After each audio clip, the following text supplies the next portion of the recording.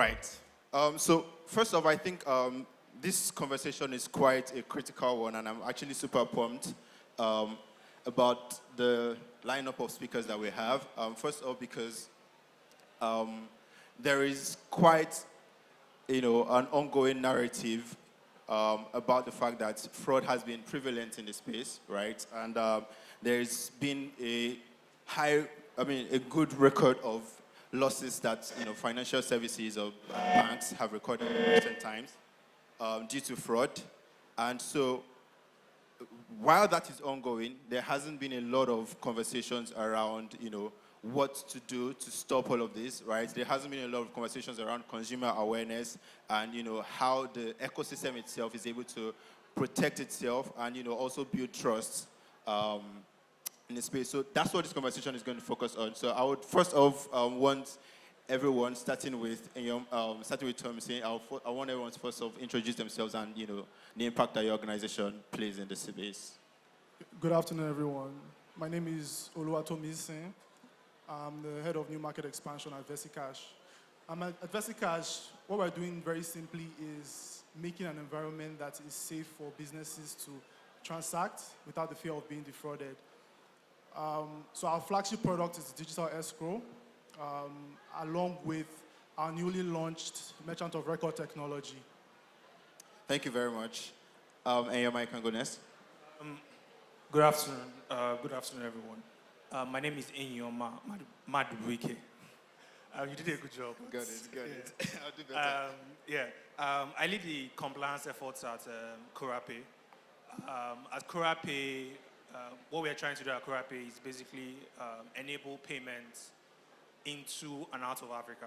We're trying to solve the problem of the hiccups we all have with trading in and out of Africa. That's what we are trying to do at Korapay at the moment, and I lead the compliance efforts there. Yeah, thank you. Thank you very much, Enyioma. Okay. Hello, everyone. Good to be here. My name is Fikayo Durotimi Etti. I lead the team at Tonote. And at Tonote, we are building a deep digital document verification infrastructure. Our current product allows our customers to sign, notarize, and verify their most important documents online. So if you need a document signed, you need a document notarized, you need certified true copies of a document, you need an affidavit, you can get on our system, and you can get that done fully online. And it's quite interesting that we're here because notarization in itself is a key preventative to fraud. So I think it's going to be a very interesting conversation. Awesome, thank you. Ayomide. So I feel like I've introduced Already myself did. already. So can I just give that? My name is Ayomide, and Okay. I lead the products and growth team at Dojah. All right, thank you very much. So to start off, right, I would want us to, because we could talk about fraud and want to focus on the ecosystem in itself and startups and the lessons learned and all of that. But I strongly think that before we even get to that, we should actually have a conversation about the people it affects, which is the end users, the consumers, right? And one of the things I know is that both the fraudsters and also like every player in the space, it feels like everyone is learning about new technologies, new ways to perpetrate whatever it is. Like the bad actors are finding out technologies to do what they need to do, while we are building amazing products, amazing softwares, amazing tools to also do what we need to do with tech. However, considering Africa, Nigeria in particular, right, considering the fact that we have a largely informal market, right, yet we've grown in terms of internet penetration, right? So there's been a lot of advancement in tech with fintech products and the likes, right? However, there is an underlying problem with the awareness of customers, of users, where fraud is concerned, right? And I want to have everyone's view, right, regarding consumer awareness, where fraud is concerned in this space. So I think I would start with you, Fikayo, because you're looking at me. I'm just kidding. Okay. So I think consumer awareness generally across any sector is very important, right? But where fraud is concerned, I think there's a need for sensitization, right? And this is already happening. So I'm sure everybody here has probably seen some of the trends on social media where you have people who are sharing their own different versions of Yahoo Boy quotes, right? So they're saying things like, they ask us for BVN, we give them VPN on God. Or they're saying stuff like, rice where they pots, now ain't they down, but for cooler, it they on top. All those kind of things, right? And I think what that shows is that fraud is real, and it's happening, and it's impacting our everyday lives, right? And I think it's doing well to let people know that, this is something that is happening and we're acknowledging it, but nobody's really having conversations around how we're solving it and what infrastructures need to be in place from a technology perspective or from a policy perspective or from an enforcement perspective to ensure that we can mitigate against the risks of fraud. And I think as we go deeper into this conversation today, those are some of the things that we're going to uncover. So ultimately, yeah, I think consumer education is very, very key. And it is down to all of us to ensure that people know what is happening, exactly how it's happening, and how they can prevent it. Awesome, awesome. I mean, let me hear from you as well, Enyioma.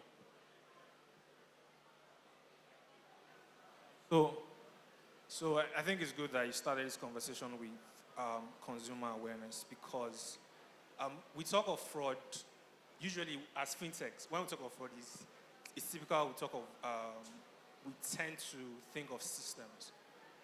Unfortunately, it seems that the human element is the most vulnerable element in the system, right? And when I say the human element, it is your uncle who thinks it's safe to send his BVN to a stranger on the internet. You think that is something he should know, right? You think, why would someone send his bank account or his BVN information to a stranger on the internet? Or how would someone listen to a VM, right, and react to it in the way they react to it? But those are the human element is the most vulnerable element because no matter how strong your systems are, right, all you need is an ignorant user on the other end, and they lose money, and you lose money, and that's why this is so dicey. It's not just about the consumer losing money. The lack of knowledge can actually cost you a lot, right? Your systems and money. I'm sure we've had a lot of news recently, especially with certain big fintechs. You'll be surprised how little or how silly some of the vulnerabilities were that led to the large openings, right? In terms of consumer education, I think fintechs must take up that role. Now, for Kora, the user are often businesses because we are a B2B entity. So we take that very seriously. And we talk of, say, for example, apart from putting on systems like 2FA systems, which basically means that you need a double layer of authentication to pass certain transactions across. We also have the responsibility to continuously remind them, right, of things that we think that they should know, things that we think are simple. And I think that that's a way we can contribute as fintech organizations to ensure that these things are top of mind for the users that we serve. Thank you. All right, great.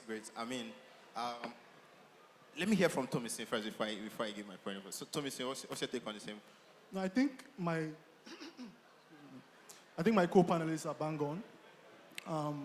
But even from more of a product angle, right, customer education is very key. For example, the concepts are things that we're familiar with.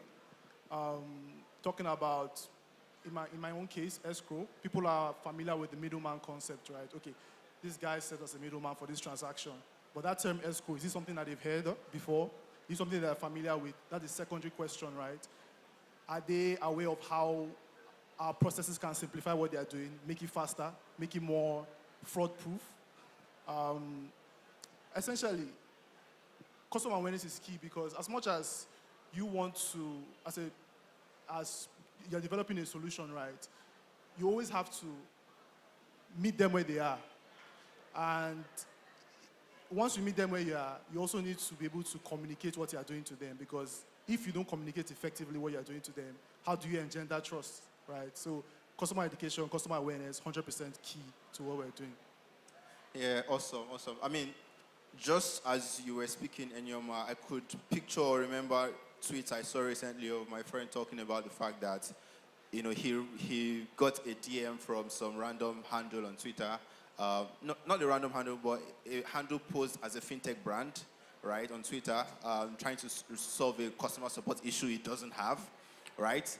And then 2 weeks later, he checks the DM, probably looking for something, and finds out that the handle had changed to a different fintech brand, right? And so we have like myriads of stories like this and cases like this where, you find people falling victims like to the most like random things, right? And I strongly think that there is still a lot of work to be done, where consumer education is concerned, especially because at the end of the day, what happens is that it impacts the trust that people have on the system and like the tools that we're building, right? And I mean, that's like a key component that's a key component of what keeps this, running, right? So speaking about trust, I would like to ask you, Tomisin, right? First off, you talked about your escrow system at Versicash, right? So what do you consider the most critical challenge, in building trust, right, for your customers, right, and having to get them to trust your brand, trust your products, and despite the whole fraud landscape and all of that? So I would say the most critical challenge is the multi-pronged face of the problem, right? The problem isn't just one side. The problem is, for example, a merchant, right, who is facing issues of chargebacks, losing money from chargebacks that they're getting, right? On the other hand, you have a customer who is a victim of social engineering, a victim of phishing. You have to consider all these when you're developing a solution. You can't face one side and say, I'm fixing this for the merchant, I'm solving for the customer alone. So that challenge is that you have to be cognizant of all the challenges facing each side of the space, essentially. So that's what I would say is the biggest challenge. That's facing the challenges for every side of exactly the business. Okay, awesome. I mean, for you at Tonote, Fikayo, how do you also like face the challenge? How do you exactly like ensure that there's trust? What you build already is trying to make sure that there's trust, but like how do you go about it? So the way we think about trust, so trust is all about the confidence and belief that people have in us, right, and in our platform. So the way we think about it is this. There's three ways that we think about it. The first one, first of all, it's a challenge to get people's trust in the first place, right?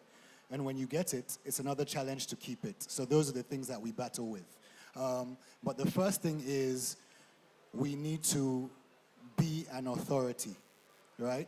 Being an authority means a number of things. It gives you credibility. It means you're partnered with the right regulators. You're partnered with the right government agencies. You're partnered with, for us, for example, it would be like the Supreme Court. You're partnered with the right certified notaries who are offering their service on your platform. When you are partnered with the right people and you spread awareness about this, you start to cement your position as an authority. The second thing is security and compliance. Compliance in that, what does the law say about what we're doing? And when we're doing it, how compliant is the entire process, right? This is technology. There's an offline process and there's an online process. The offline process has a modus operandi. The online process has its own, right? When you compare both, which one is more compliant, right? And how does it align with the letter of the law? And then when it comes to security, it goes back to your multi-factor authentication and your encryption and the sort of data protection policies that you have in place and stuff like that, right? So in order to build that confidence, we make sure that we have strict guidelines. We take security very, very seriously. It was part of our architectural plan from day one, and those are things that we don't play with. And then the third thing is basically transparency and communication, right? We are very open about our policies. We're very open about data protection. We're very open about our terms and conditions so that people feel comfortable using your systems, and there are no hidden surprises that pop up anywhere. So for us, that's how we address the challenges of gaining trust. And all in all, ultimately, what we want to be able to do is say, hey, when you come on our solution, because we're an authority, because our platform is secure, because it's compliant, no one can really misrepresent themselves as you when they want to sign a document and, forge your signature, or they want to notarize a document or a power of attorney pretending that they are you. So to put that in context, and this is the last thing I'm going to say, recently there was a lawyer who was arraigned to court. He had forged his client's signature, right, to go on a power of attorney document, giving him the power to manage all her real estate assets. This is a real life story, right? And she had no idea, and he was monetizing those assets.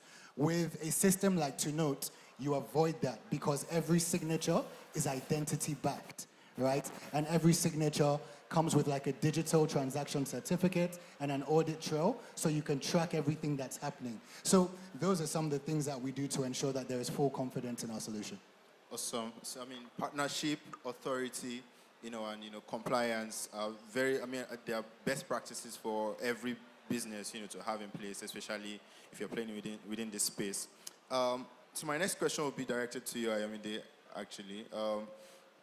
So what are the key factors that contribute to the vulnerability of the tech ecosystem in Africa? What would you say are the key factors that make that? Okay, so one major key factor I'll be talking about is, I wouldn't say ignorance, but at first, when you start to build out a solution, what the company is concerned about mostly is getting users. They're very concerned about, they want to get to 1,000 users, 5,000 users, 10,000 users. And the first time they're concerned about fraud is when the first fraud case happens. And they're like, there's a loophole here. Do you get? So they're always concerned about the onboarding, and they're not exactly concerned about the security. So I feel like that's one of the major key factors. So when you're trying to build out a solution, it will make more sense to be concerned about blocking all of the loopholes, putting things in place. We're talking about customer awareness earlier. So when you are on your onboarding platform, you can state why you are requesting for their BVN. You can state why you are requesting for a particular ID. So they are clear on this thing. So when somebody is coming to take over their account and is requesting for their BVN online, like the example he gave with his uncle, if his uncle understands that why he's submitting his international passports is because they want to match it with his selfie. If somebody on Instagram or Facebook is asking for his internal passport and is asking why, he would know that, no, I shouldn't give this person this thing. So the long and short of it is, fintech startups generally should be should be also concerned with security and fraud, just the way they are very concerned about onboarding users. So don't wait to encounter fraud before you start, Don't wait, because it's very funny, we do with onboarding. Then when the company has their first fraud case, they're like, they should have done this, they should have done that. Yeah. Awesome. Thank you very much, Ayomide. My next question actually would be for Enyioma, right? And can you provide us some insight into key compliance challenges that might be unique to fintech services and how they should navigate them? So I think I've been fortunate to build out the compliance system at Kura from scratch. And if there's anything I've learned, just in case anyone here is planning to build the next fintech superstar, if there's anything I've learned, is that fintech is actually it's a compliance business, right? It actually is a compliance business. You think of, I'm sure whenever you think of fintech, you think of all the cool stuff, right? You think of the millions of users, you think of all the cash. But what I've noticed is that oftentimes, because for fintechs, the cost of entry is low, right? So you can basically start in your room, build out an app, start with maybe in school, and I think we've seen a couple of that. people trying to onboard with us, building out a small product, and they want to partner with us. See a young guy, build out in school, shares with his friends and tries to make it work. All that is good, but the core of what makes your product stable and what brings trust within the ecosystem. And this is very, very important because the fintech space is a small part of a large ecosystem, which involves payments, which involves savings, which involve connection to traditional banks and connection to the central bank. Now, when you think of that relationship, right, and that infrastructure, when you put yourself in the middle of our infrastructure, you will do well not to be a hole in that gap because a gap with you can affect a whole lot of things within the ecosystem. And so, as far as the challenges that we have seen, one of the key challenges is the attitude towards compliance, especially for startups. I think she has alluded to that. Is that I think it's understandable, to be fair, right? You think that you want to make the big bucks, right? And you think all these top guys, all these traditional banks, this CBN itself, and all their Wahala rules, there is a tendency to have that attitude. You get cured of it very quick. I can assure you, you get cured of it very quick, and this is why. This is a numbers issue. When you have transactions worth millions of naira or hundreds of millions of naira, a lot of that is not profit, right? And a lot of that is not your money, right? But when you lose money, right, because of something you didn't do, all of a sudden it is your problem, right? You get it, right? You're helping people move money, but all of a sudden when the money gets missing, it becomes your problem, right? It means that you now have to find money that is not even your own. And when that happens, you realize how dicey it is to play the fintech game. And this is just advice for anyone in the audience who is looking to play the fintech game. Apart from that end, there is also the fact that, of course, we always have this battle with regulators, right? We're constantly having to, because there are a lot of innovative products in the market,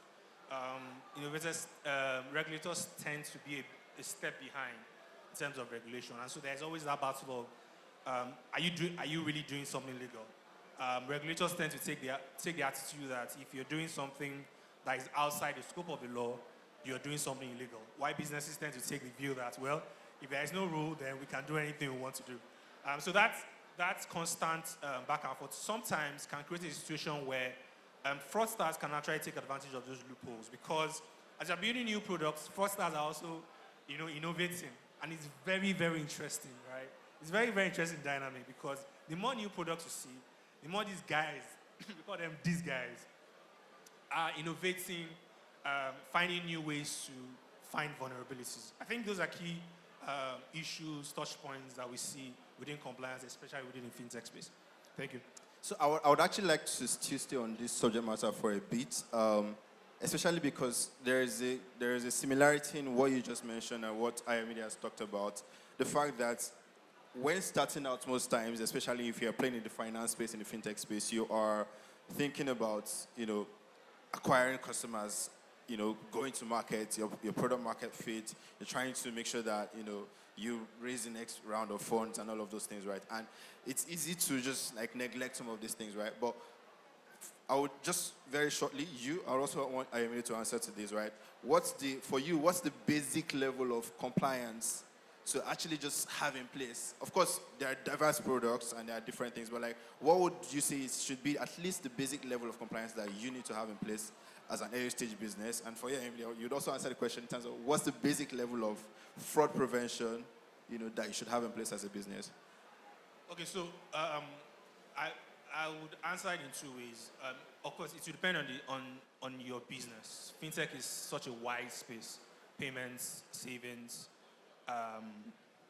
investments, all that. So, first of all, I would advise that you at least have an understanding of what the laws require you to do. Just have an understanding. If it's having advice from a lawyer friend, or having some documents, or just having a general understanding of what the law actually requires you to do. Even if maybe you don't have the resources yet, or you think that you haven't gotten to the stage where you put certain systems in place.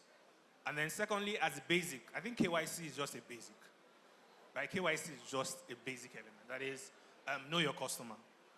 If, for whatever reason, if you're in the financial space, if you're in the fintech space, whatever you're doing, I think a basic compliance requirement you should start thinking about is finding ways to understand and know your customer. What they do, why you're serving them, why you're collecting the kind of information, why they want you, why they want your service. I think KYC is a fundamental as far as financial institutions are concerned. Thanks. Ayomide, quickly.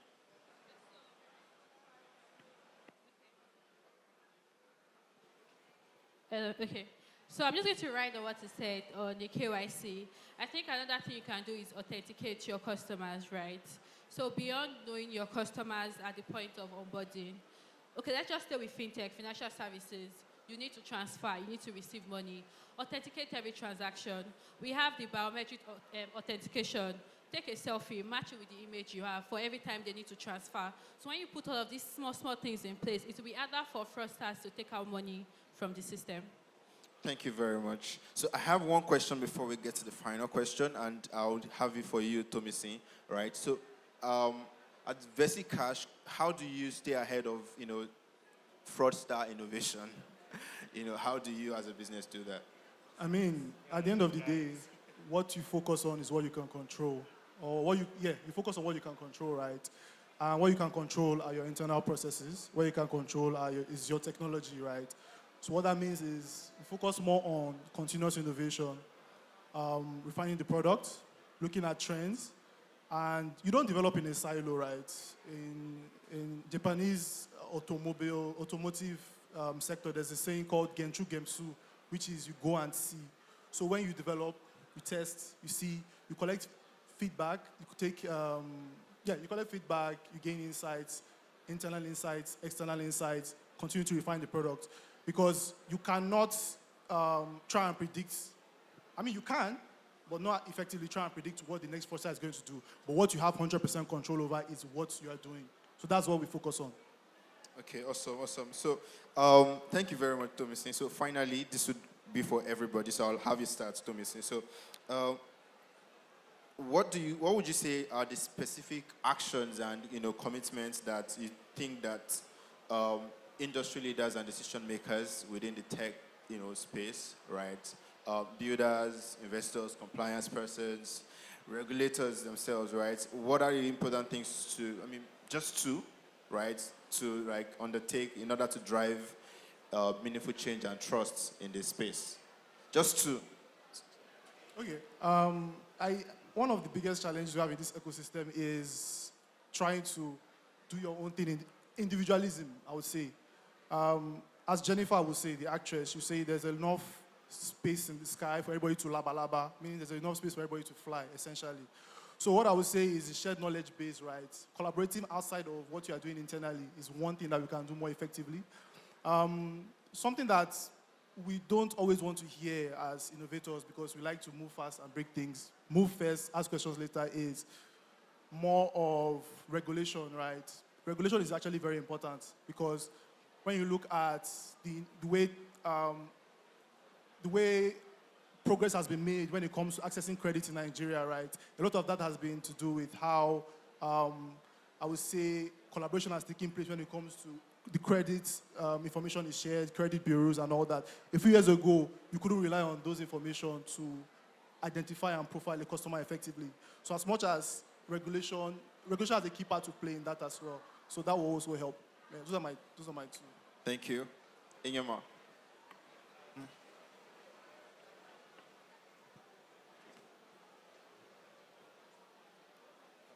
So, okay. So, things that we can do. I think it's good to mention that as far as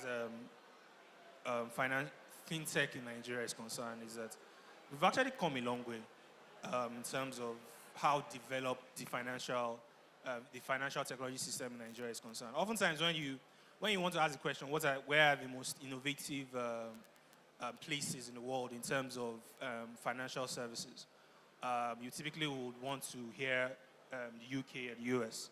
But I think in terms of fintech, I think Nigeria globally, Nigeria will stand like first five. I believe Nigeria will stand first five because of the kind of products that we've been able to put in the market for different reasons, of course. And having said that, I think this is because of course, innovation, the fact that traditional institutions have not been able to kind of hold the market in a way that they hold the market in certain other jurisdictions. So having said that, a lot can be done in terms of cooperation between traditional institutions and newer institutions. We need more support from them, because there's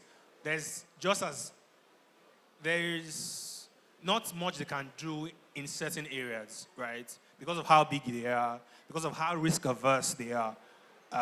We need the support to move into the areas that they might not be willing to step into. So in that regard, we would like to see more in terms of collaboration between the traditional players and the new players. And then generally in terms of regulation, again, in case someone from CBN is listening, I think CBN over time has been doing a Herculean task with trying to manage all the interests within the financial ecosystem, all the interests in terms of the user, in terms of traditional players, in terms of new players. We would like to see more engagement between the CBN and new players. I think that's actually very important, because there's an issue around new products, right? And this issue is that oftentimes you're unable to see the risks as you build it. And oftentimes you might not have the tools as a new player to deal with the issues when they arise. If you have a healthy back and forth or relationship with regulators, you're able to collaborate on rule setting. And being able to collaborate on rule setting also helps down the line in building the trust that we want within the ecosystem. I think those two things will go a long way in building a safer ecosystem and down the line infrastructure that we can all be proud of. Thank you. Thank you very much. Fikayo? Hello. Okay. Yeah, so for me, I think I'll just double down on what Enyioma and Tomisin have said. I think policy and regulation, extremely important. And most times we would sit here and have these conversations, but the question then becomes, is this just a conversation? Or are we actually going to take action after this, right? And I think we need to be clearer on what the actions that we can take are, especially when it comes to dealing with regulators and policymakers. And based on our experience, I would say the best approach would always be to create your own policy. So in an ideal world, right, for what you're building to work, what policy needs to be in place, right? How does that policy transform to regulation? And then how does that transcend into guidelines? And then how is it enforced? Develop that entire framework, and then you can engage the regulators, engage the policymakers, and lay it out before them. Because the truth of the matter is, in more cases than not, they're not going to do the work for you. Regardless of how well the industry is doing, and them knowing that you have XYZ problems in the space, you're going to have to be proactive about doing that policy work, right? So that's the first thing. The second thing for me goes back to the very first question that you asked, and that is education and sensitization, right? Ensuring that people know what the real problems are, and we're collectively communicating those problems to our audiences and the people that we're targeting. What are the problems that are affecting the tech ecosystem from a fraud perspective? How are we able to mitigate those risks? And how can we collaborate, right? And work together to ensure that both our audiences are able to tap into our offerings and become their own heroes and solve their own problems. So yeah, that's it. Extensive, thank you. Ayomide? All right, so I think I have just one thing actually, and I'm going to ride on what Tomisin said. So with the new players, I feel like we can communicate more. Carry-wise is something I think last year or last year, I can't remember now, where they came out to, they had a blog post about account takeovers or something. They had this 500 naira free credit for when you invite somebody, and it went south. So they had a whole blog post explaining what they could have done better, how it happened. So if more fintechs can do that maybe once a year, then me as a fintech startup can learn from that. So if we communicate the way fraud is happening on our platforms more, you don't have to say everything. It's going to help other people learn from your own mistakes, and they don't have to like make that same mistake. Awesome. So there's a lot of collaboration that's needed, right? Yeah. There's a lot of information sharing, and that in turn also helps to drive awareness, among consumers and users, end users as well. At the end of the day, I think it's been an interesting session. Even though I have more questions to ask, well, they're going to kick us off here. So, thank you very much, gentlemen, and Ayomide as well. Thank you for joining us. Thank you, thank you, thank you.